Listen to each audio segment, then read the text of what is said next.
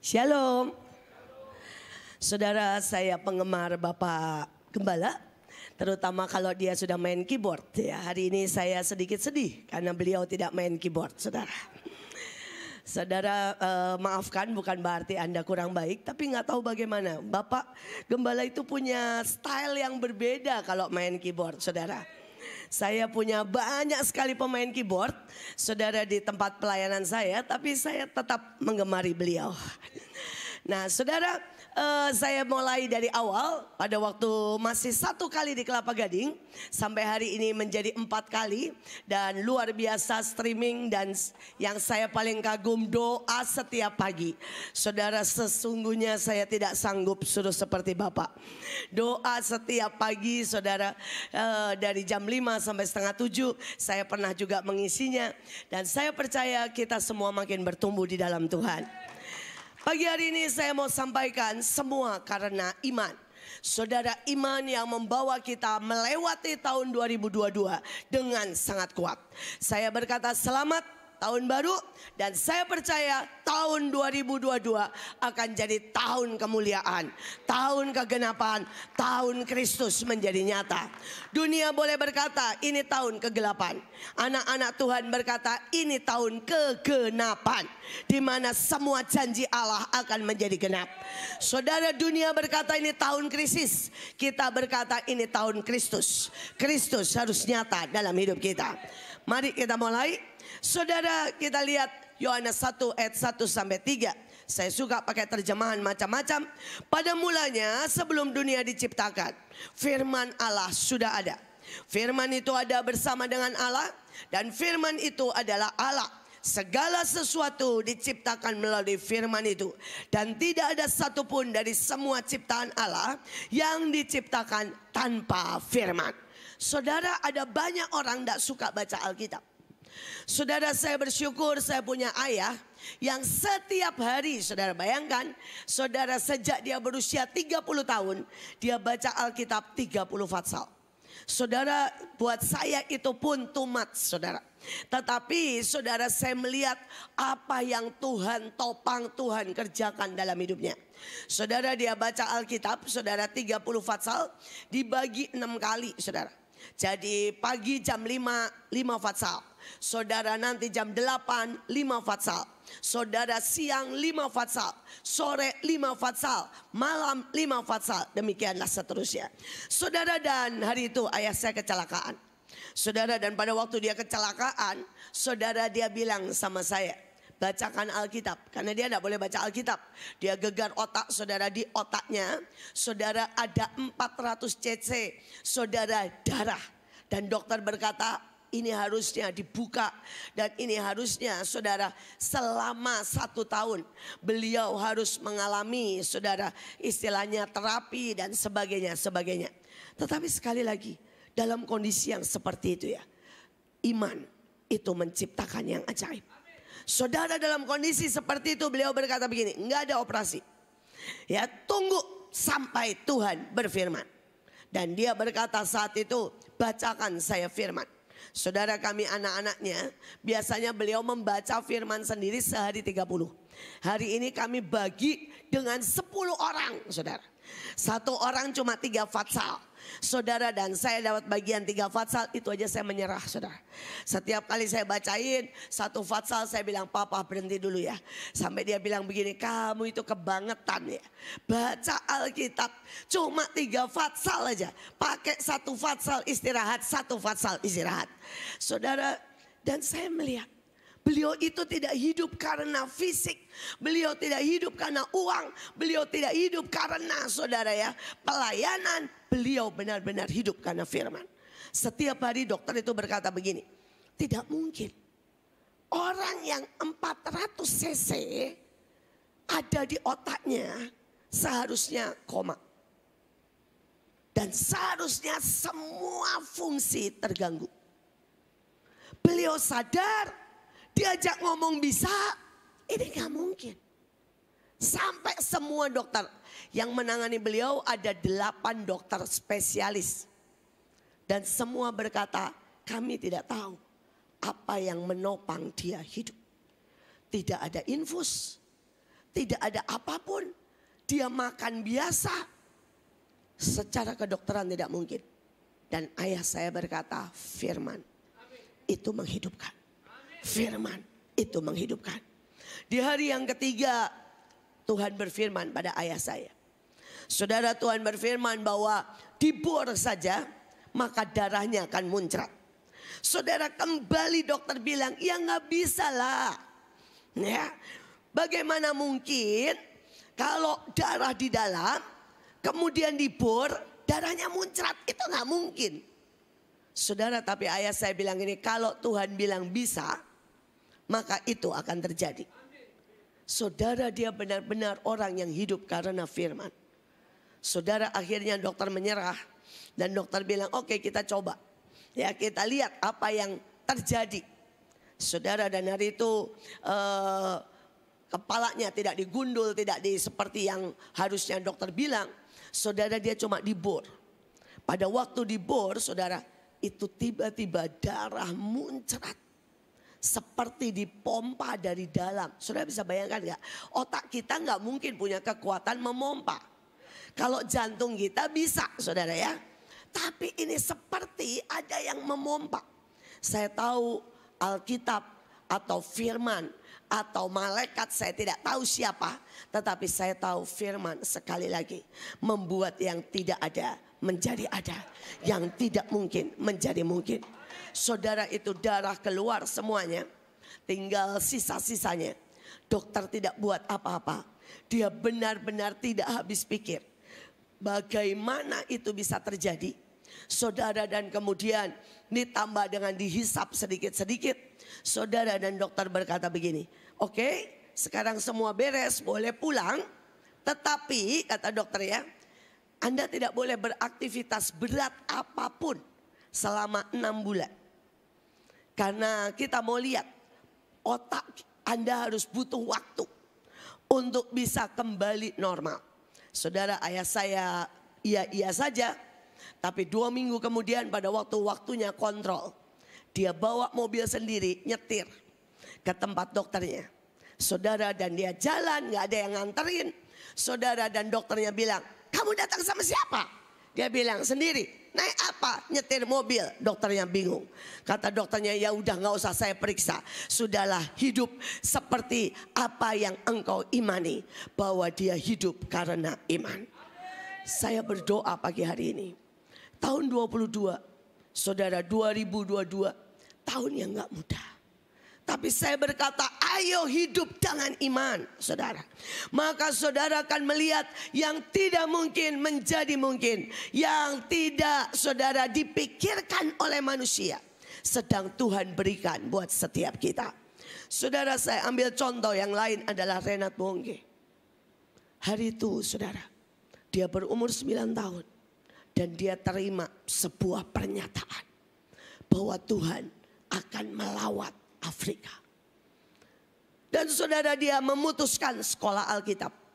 Kakak-kakaknya ambil insinyur, ambil dokter, ambil yang lain. Saudara, dia ambil sekolah Alkitab. Dan kakak-kakaknya membuli dia. Kakak-kakaknya bilang pendeta itu miskin. Pendeta itu ya bodoh.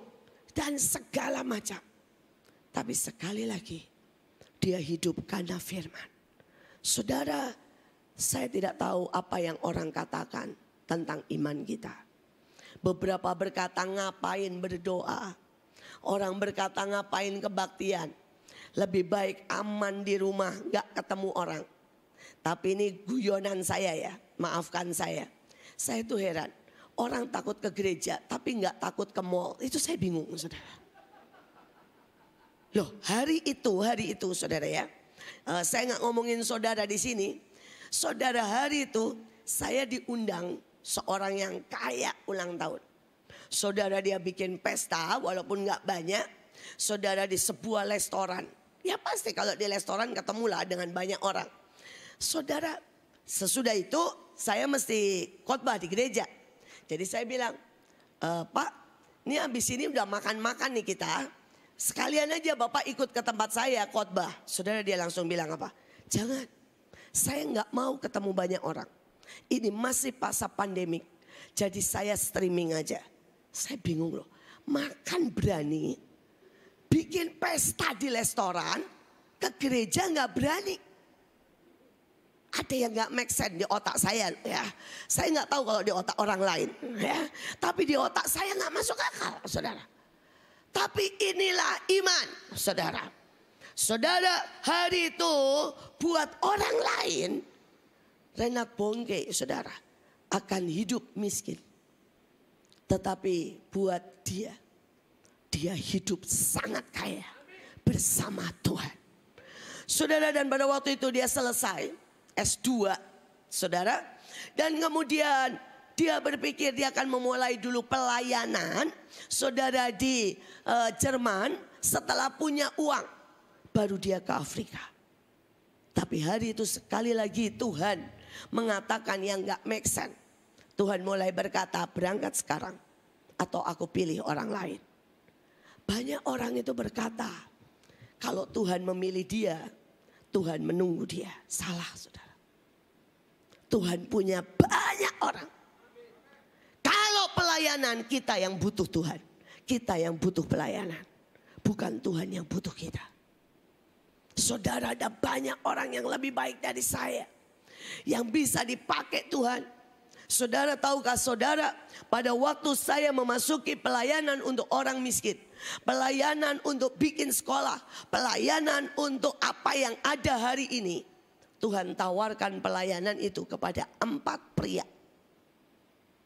Dan 4-empatnya menolaknya. Jadi saya ini bukan pilihan pertama, saudara. Saya ini pilihan kelima, bayangin. Tetapi kalau yang pilihan kelima hari ini, Tuhan bisa buat begitu dahsyat. Saya tidak bisa bayangkan yang pilihan pertama. Mungkin akan mendunia. Saudara, pelayanan saya hari ini Tuhan bawa seluruh Indonesia. Mungkin kalau pilihan pertama sampai seluruh dunia. Saya tidak tahu. Tapi saya mau berkata ada banyak orang. Saudara, dia berjalan, bertindak, mengambil keputusan berdasarkan logika. Berdasarkan hitungan manusia. Berdasarkan, saudara, keadaan. Tapi saya mau berkata buat setiap kita. Ini tahun hiduplah karena firman. Maka saudara akan melihat firman dan iman akan menciptakan segala sesuatu yang Tuhan mau. Sekali lagi, gabungkan firman dan iman. Maka itu akan membuat tidak ada yang mustahil bagi orang yang percaya. Saudara, dan Reinhard Bonnke berkata, Tuhan, aku mau. Berangkatlah dia ke Afrika. Saudara, dan hari itu kelihatannya dia tidak ngapa-ngapain. Dia ngamen di pinggir jalan. Saudara, dia keliling dari satu gereja ke gereja lain. Yang isinya mungkin cuma 250. Saudara, dan dia juga tidak terlalu populer. Tetapi sekali lagi, dia melakukan itu dengan setia 30 tahun. 30 tahun. Bahkan pada waktu itu dia tiba-tiba lihat penglihatan. Saudara, bahwa Tuhan membasuh Afrika. Dan dia buat itu di mobil besar. Keliling Afrika. Dia mulai buat KKR. Tetapi KKR yang pertama kelihatannya gagal total. Saudara, apa yang terjadi? Kerusuhan bangkit. Disebut kristenisasi. Hari itu, saudara, tempat dia ada, Nigeria dan sekitarnya, semua masih dikuasai Islam garis keras. Saudara, mereka membakar gereja-gereja. Mereka menyembelih, saudara, 20 pendeta. Seandainya saudara adalah Reinhard Bonnke, bisakah saudara tetap percaya bahwa Tuhan yang berkata dia melawat Afrika? Saudara, dia dilempar, kembalikan ke Jerman. Dan dia harus menunggu 10 tahun. untuk boleh masuk lagi. Tapi hari itu iman yang dia tabur saudara di setiap gereja. Iman yang dia tabur di pinggir jalan ngamen. Tiba-tiba bertumbuh dengan pesat. Saudara, darah martir tidak pernah sia-sia. Darah martir membuat segala sesuatu di daerah itu disentuh Tuhan. Dan tiba-tiba berubah. 10 tahun kemudian Renat Bungke datang. Dia berkata, datang, sudah boleh. Dan kita akan bikin KKR. Renat Bungke berkata, berapa puluh ribu yang kita bisa bikin KKR. Mereka tertawa, dia bilang gini, datang saja. Anda akan terkejut melihatnya. Dan itulah KKR pertama Renat Bungke dengan jumlah 1 juta orang. Sampai hari ini tidak ada KKR sebesar yang dibuat oleh Renat Bungke. Ada 1 juta, ada 3 juta, ada 4 juta. Saudara, saya berdoa, iman membuat yang tidak ada menjadi ada.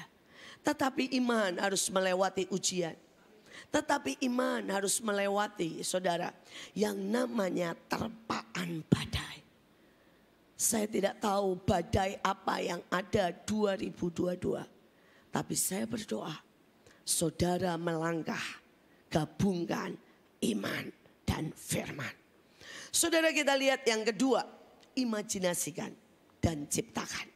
Ya. Saudara, hari itu aku akan lewat di tengah-tengah segala kambing dombamu. Dan akan mengasingkan dari situ segala binatang yang berbintik-bintik dan berbelang-belang. Segala domba yang hitam dan segala kambing yang berbelang-belang. Dan bintik-bintik itulah upahku. Saudara, kita lihat caranya. Setiap kali apabila berkelamin kambing domba yang kuat, maka Yakub meletakkan dahan-dahan itu di dalam palungan di depan mata kambing domba itu, supaya berkelamin dekat dahan-dahan itu. Tetapi apabila datang kambing domba yang lemah, ia tidak meletakkan dahan-dahan itu ke dalamnya. Jadi hewan yang lemah untuk Laban, yang kuat untuk Yakub. Maka sangatlah bertambah-tambah harta Yakub. Saudara, ada banyak orang, ya, saudara, hari-hari ini memakai cara yang biasa.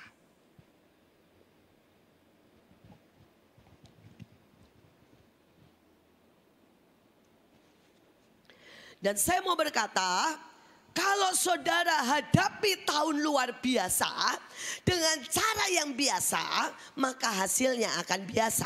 Bisa mengerti? Kalau saudara hadapi tahun ini, tahun yang luar biasa. Jadi saudara harus hadapi dengan cara yang luar biasa. Saudara, dan bagaimana cara yang luar biasa itu? Pakailah cara Tuhan.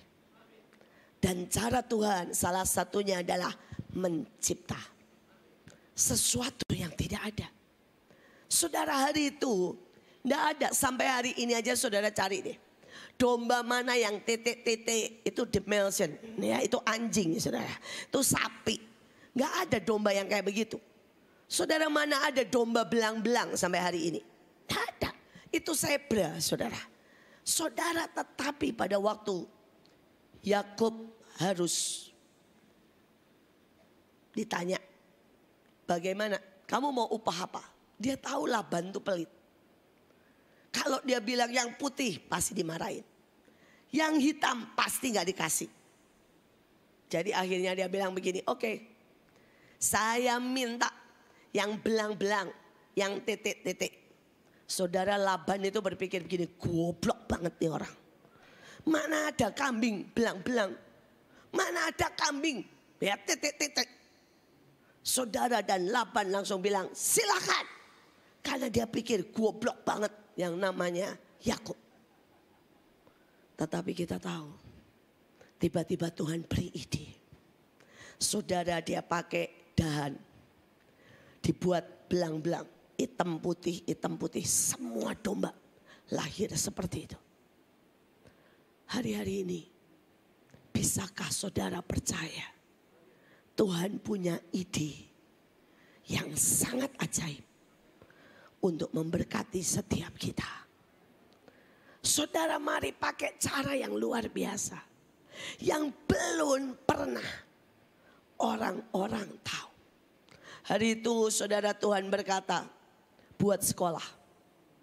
Dan saya bilang, Tuhan, sekolah seperti apa yang engkau mau? Tuhan bilang begini, sekolah buat orang pandai ya banyak.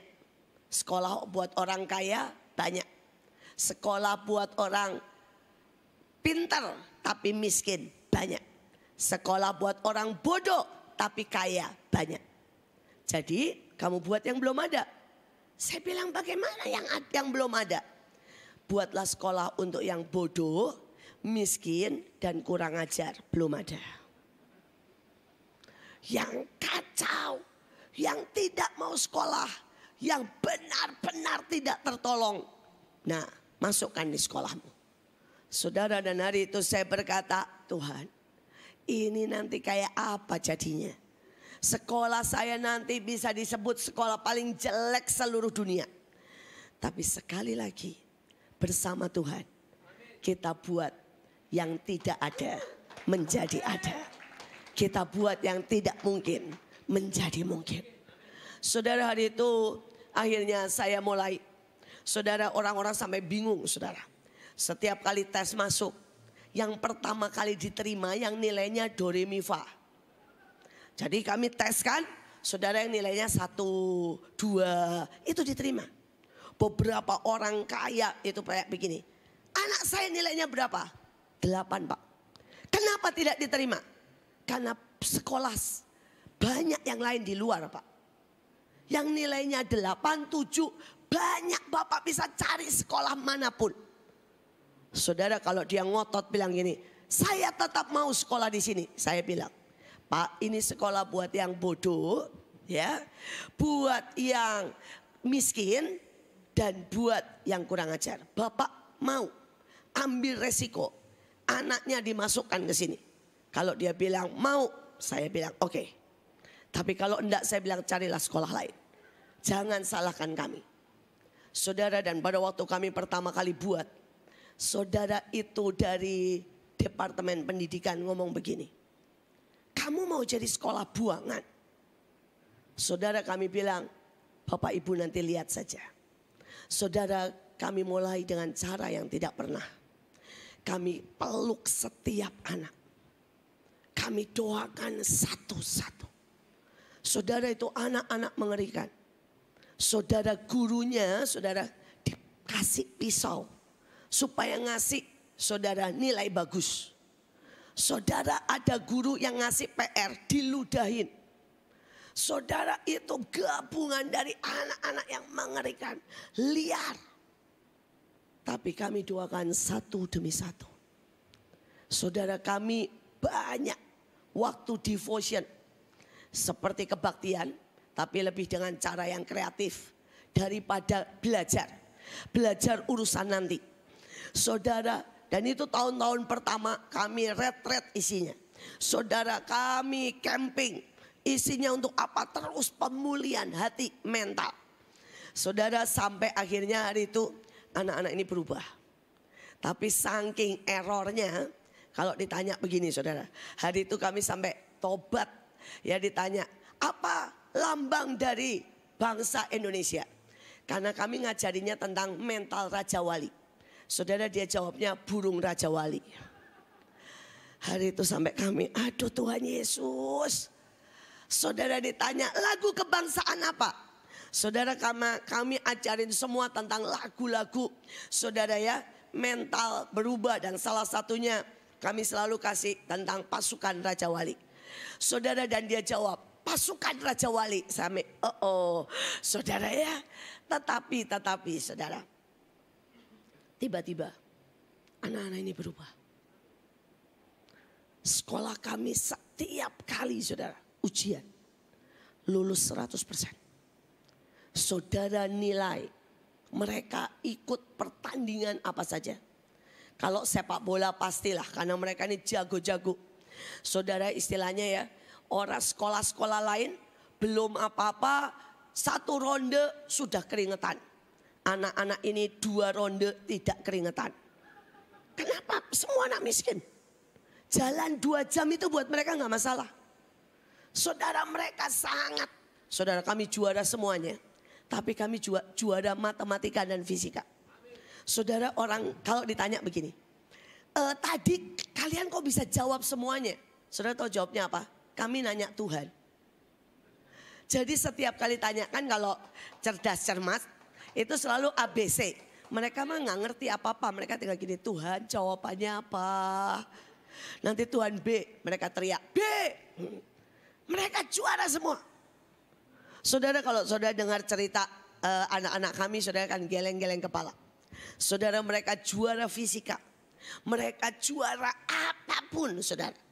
Dan kalau ditanya semua modalnya apa? Tanya Tuhan. Nah, saudara, dan hari ini sekolah kami itu mendapat ranking nomor 1, saudara, di Bekasi.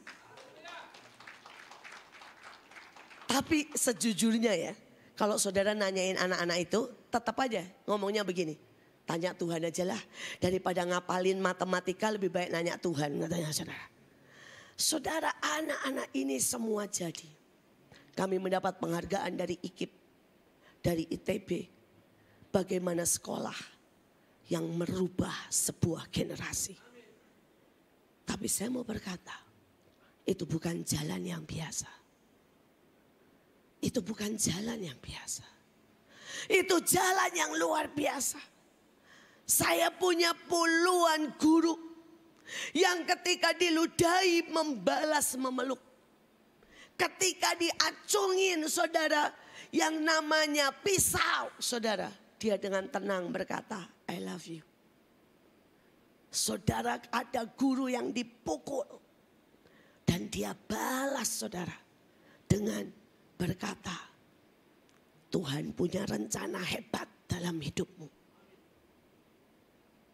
Maukah saudara menjalani tahun ini dengan cara yang tidak biasa? Maukah saudara berkata, dalam segi apapun, saudara memilih cara Tuhan dan bukan cara manusia? Saya berdoa, hadapi tahun ini dengan cara Tuhan, maka hasilnya akan luar biasa. Saudara, kita lihat mati dan hidup karena firman. Hidup dan mati dikuasai lidah. Siapa suka menggemakannya akan memakan buahnya. Saudara, ada banyak orang, saudara berpikir ini cuma yang positif. Jadi kalau saudara pengen supaya saudara berhasil, saudara bilang dalam nama Yesus berhasil. Oke, betul. Tapi ingat, kematian juga bisa disebabkan karena lidah. Saya ambil peristiwa, saudara ya, Titanic. Hari itu sebuah kapal yang paling besar, paling mewah, saudara, diluncurkan. Dan dia bilang ini kapal paling aman. Hari itu mereka berkata, bahkan Tuhan tidak bisa menenggelamkan kapal ini. Dia punya sistem keamanan lapis 3. Apakah Tuhan yang menenggelamkan? Tidak. Begitu saudara mereka berkata seperti ini, iblis naik ke atas. Karena iblis adalah pendakwah, itu namanya. Dan dia berkata, Tuhan, mereka berkata begitu. Biarkan aku, iblis, membuktikan. Habislah mereka. Tenggelam. Tidak bersisa. Saya punya seorang teman. Saudara, ketika suaminya, saudara menyakiti dia. Saudara, dia yang bekerja, dia yang selama ini menopang keluarganya. Saudara, dan ketika suaminya menyakiti, dia selalu berkata begini, kalau nanti saya mati, baru kamu tahu rasa. Saudara, 3 tahun dia berkata seperti itu. Saudara, dia terkena kanker. Yang dokter sendiri bingung. Karena ini kanker yang sangat ganas. Tidak ada tanda-tandanya. Cuma seperti tai lalat. Dan itu muncul mendadak. Dan dalam waktu 1 bulan meninggal dunia. Saudara, apakah Tuhan ingin dia meninggal secara demikian? No. Tapi perkataannya. Jangan sampai tahun ini ada orang yang memperkatakan, ini tahun krisis, ini tahun susah, ini tahun bahaya. Tapi mari ganti dengan berkata, ini tahun kegenapan, ini tahun resepsi. Ini tahun kelimpahan. Ini tahun aku akan beria-ria karena kebaikan Tuhan ada atas hidupku. Saudara, hati-hati dengan apapun yang kita ucapkan. Karena mati dan hidup dikuasai oleh lidah. Saudara, yang keempat, mari kita lihat. Jawab malaikat itu kepadanya, Roh Kudus akan turun atasmu dan kuasa Allah yang Maha Tinggi akan menaungi engkau. Sebab itu anak yang akan kau lahirkan akan disebut kudus, anak Allah. Sebab bagi Allah tidak ada yang mustahil. Kata Maria, sesungguhnya aku ini adalah hamba Tuhan. Jadilah padaku menurut perkataanmu itu. Berapa banyak dari kita berani berkata, aku ini hamba Tuhan. Aku tidak melakukan apa yang aku mau. Tapi aku melakukan apa yang Tuhan mau. Saudara, kadang-kadang kita lebih mau tidur. Tapi Tuhan mau kita berdoa. Apa yang kita pilih? Seringkali saya lebih mau, saudara ya, santai-santai. Tapi Tuhan mau saya pergi ke daerah demi daerah. Pelosok demi pelosok. Sekali lagi, apakah kita berkata, aku ini hamba Tuhan? Ya. Selama Desember, saudara, Tuhan menyuruh saya ke Makassar, ke Sorong, saudara, ke Jayapura, keliling Indonesia. Sekali lagi, pada saat semua berkata, lebih baik tinggal di rumah, Tuhan berkata, kunjungi daerah demi daerah. Saya cuma bisa berkata, ya, aku ini hamba Tuhan. Hari itu khususnya buat yang di saudara Makassar. Tiba-tiba Tuhan berkata begini. Buat sebuah acara. Buat semua hamba Tuhan miskin. Dan undang mereka. Saudara, kami tidak punya uang. Dan kami berpikir bagaimana caranya. Tapi Tuhan itu selalu punya cara. Kalau kita berani berkata, ya aku ini hamba Tuhan. Saudara, mereka datangi tempat yang paling besar. Saudara, hotel yang paling mewah. Yang ballroomnya paling besar. Saudara, dan pada waktu didatangi bilang, Pak, Tuhan suruh kami buat pesta Natal. Untuk menghibur, menguatkan hamba-hamba Tuhan miskin. Bapak punya ballroom yang besar enggak? Tapi kami tidak mampu biayanya.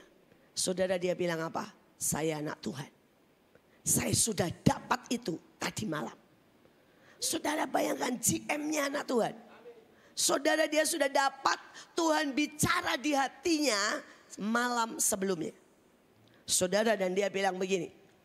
Pokoknya kamu berdoa ya. Supaya ballroom tidak disewa orang. Kalau ballroom tidak disewa orang, saya bisa kasih free ke kamu. Tetapi kalau ballroom disewa, terpaksa saya kasih yang sewa. Kan kalau enggak ngerugiin perusahaan namanya. Dan dia bilang, saya kasih ke yang sewa. Tapi kalau ballroom tidak disewa, kamu bisa pakai cuma ganti kebersihan, listrik dan bla bla bla. Saudara, singkat cerita, Tuhan itu suka bikin deg-degan, saudara. Disewa, saudara. Saudara, dia nggak bisa apa-apa. Dia bilang, ayo berdoa, ayo berdoa. Karena ballroom disewa. Saudara, mereka doa. Saudara, itu disewa buat wisuda, saudara. Saudara, dan doa. H-1. tiba-tiba ditelepon, Pak, ini banyak orang tua murid komplain. Kenapa Natal-Natal bikin wisuda? Mereka tidak mau datang Natal-Natal wisuda. Mintanya nanti setelah Januari. Saudara, itu dibatalin H-1. Dan tiba-tiba saudara, pesta itu berjalan. Yang ajaib, Tuhan suruh sediakan uang. Tuhan suruh sediakan HP. Tuhan suruh sediakan motor. Dan kami undi. Tapi kami berdoa. Saudara yang dapat uang, besoknya diusir. Karena kontrakannya habis. Dan hari itu dia terima uang, dia nangis. Saudara yang terima HP itu HP-nya pecah semuanya. Wah, sudah dia susah sekali, nyalain aja susah. Saudara waktu terima HP dia nangis, saudara. Sekali lagi, maukah kita ini jadi hamba Tuhan? Sehingga Tuhan bisa pakai kita buat jadi salurannya. Saluran kasih, saluran cinta, saluran anugerah. Saudara, ada banyak dari kita. Seringkali kita berpikir, saudara, bahwa untuk menjadi saluran itu harus hamba Tuhan. Harus pintar khotbah, harus kaya. Enggak. Saudara dimanapun siapapun bisa jadi saluran. Kalau saudara percaya seperti Maria. Saudara membiarkan Roh Kudus turun dalam hidupmu. Dan saudara berkata, aku hamba Tuhan. Aku melakukan apa yang Tuhan mau. Ada seorang ibu, saya baru mengalami ini ajaib sekali.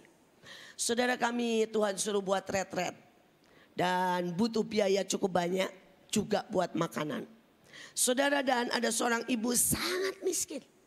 Ibu ini berkata, Tuhan, saya mau jadi saluran berkat. Saya mau kasih bahan makanan. Tetapi saya tidak punya uang. Saudara, dan tiba-tiba Tuhan kasih ide dalam hatinya untuk pergi ke tukang sayur. Saudara ya, ke petani. Karena dia tinggal di Cianjur, Sukabumi, sana jauh, saudara. Terus kemudian dia tanya begini, Bu, apa yang minta didoain? Ibu butuh didoain apa? Aduh, anak saya sakit. Yang satu, ibu butuh didoain apa? Aduh, tolong supaya jangan hujan. Sayur saya bahkan nanti nggak enak, semua rusak kalau hujan. Saudara, dia doain semuanya. Singkat cerita, 3 hari sesudah itu dia tanya lagi, Bu, bagaimana? Dia semua bilang doanya manjur, mantap, saudara. Semua dijawab. Saudara, dan dia kemudian bilang begini, Bu, saya mau kasih makan banyak anak miskin. Ibu punya barang apa yang sisa? Saudara, yang tukang tempe bilang ada 30 kilo tempe. Saudara, yang pakcoy bilang 50 kilo pakcoy. Singkong bilang berapa? 600 kilo singkong. Saudara, singkat cerita, ibu ini datang membawa 1 truk, saudara. 1 truk. Tahu, tempe, kangkung, sayur, bawang, semuanya. Saudara, dia menjadi saluran yang ajaib, saudara, buat setiap kita. Saudara, bayangkan, ini ibu sangat miskin. Pada waktu dia mau menjadi hamba Tuhan. Dia mau taat. Dia tiba-tiba menjadi saluran yang ajaib di hadapan Tuhan. Saudara, saya tutup dengan yang terakhir. Nah, saudara, mari kita berperkara. Ya. Marilah, baiklah kita berperkara, firman Tuhan. Sekalipun dosamu merah seperti kermisi, akan menjadi putih seperti salju. Sekalipun berwarna merah seperti kain kesumba, akan menjadi putih seperti bulu domba. Saudara, banyak dalam hidup kita itu punya masalah dengan Tuhan. Misalnya nih, saudara di dalam, kenapa ya saya kok hitam, gak putih? Kenapa saya kok belum punya pacar? Atau mungkin saudara ini di dalam ada unek-unek berkata, saya sangat kecewa karena doa saya gak dijawab. Mungkin yang satu lagi di dalam hatimu berkata, saya nggak berani Tuhan. Saya nggak berani yang namanya menginjil. Jangan biarkan itu semua menghalangi destiny dan rencana Tuhan buat kita. Mari berperkara. Saudara, mari tanya Tuhan. Kenapa? Mari tanya Tuhan. Dan Tuhan bisa menjawab. Saudara, yang pertama, saya pernah bertanya dengan Tuhan, kenapa? Ya, saya harus melihat ayah dan ibu saya berantem. Jadi ada masa di mana ayah dan ibu saya itu berantem terus, saudara.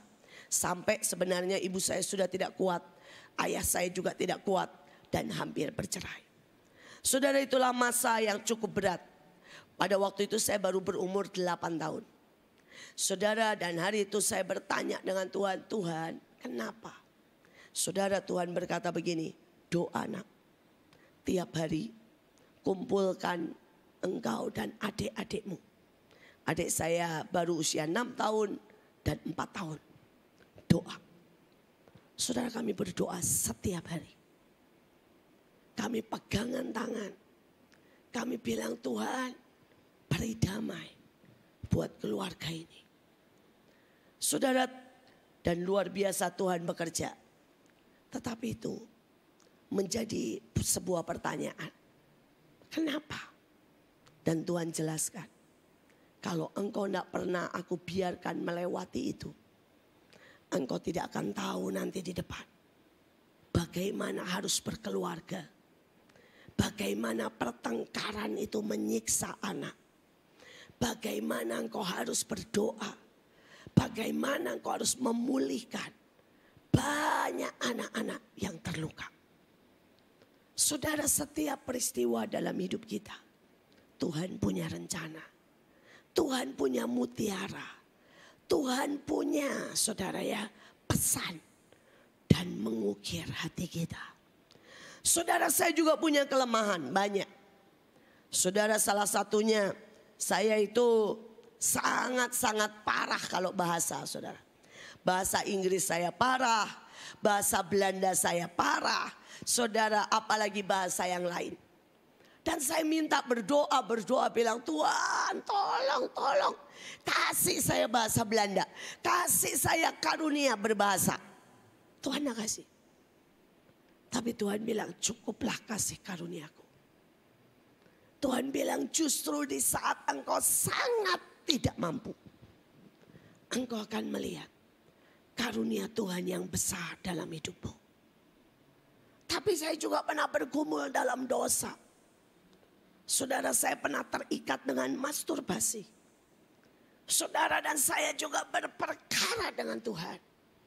Dan Tuhan juga menyembuhkan saya. Saya tidak tahu masalah apa di hati kita, di hidup kita. Tapi hari ini saya berkata, jangan biarkan itu menjadi lubang yang membuat iblis bisa menghancurkan hidupmu. Jangan biarkan itu menjadi sebuah ikatan yang membuat iblis bisa menggerakkan engkau. Saudara, mari berperkara. Tuhan siap membereskan. Tuhan mau menjawab. Tuhan mau membuka banyak rahasia. Dan kalau saudara berperkara, saudara akan dibebaskan. Saudara akan menerima pengampunan. Saudara akan menerima masa depan yang baru. Kekuatan yang baru. Keajaiban bersama Tuhan.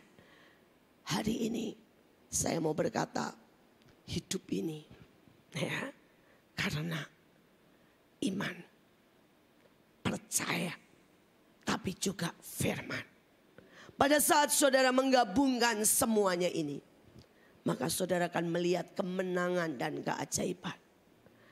Saya percaya Tuhan akan membuat tahun ini menjadi tahun keajaiban. Amin. Mari kita berdoa. Terima kasih Tuhan buat hari ini. Hamba-Mu selesai berbicara, tapi hamba berdoa biar iman yang baru tumbuh dalam hidup kami. Iman yang memindahkan gunung masalah. Iman yang menciptakan hal-hal yang ajaib. Iman yang membuat kami bergerak. Iman yang membuat kami melakukan hal yang luar biasa. Mari Tuhan bicara lebih lanjut, karena Engkau Tuhan yang ajaib di antara kami. Di dalam nama Yesus kami berdoa. Amin.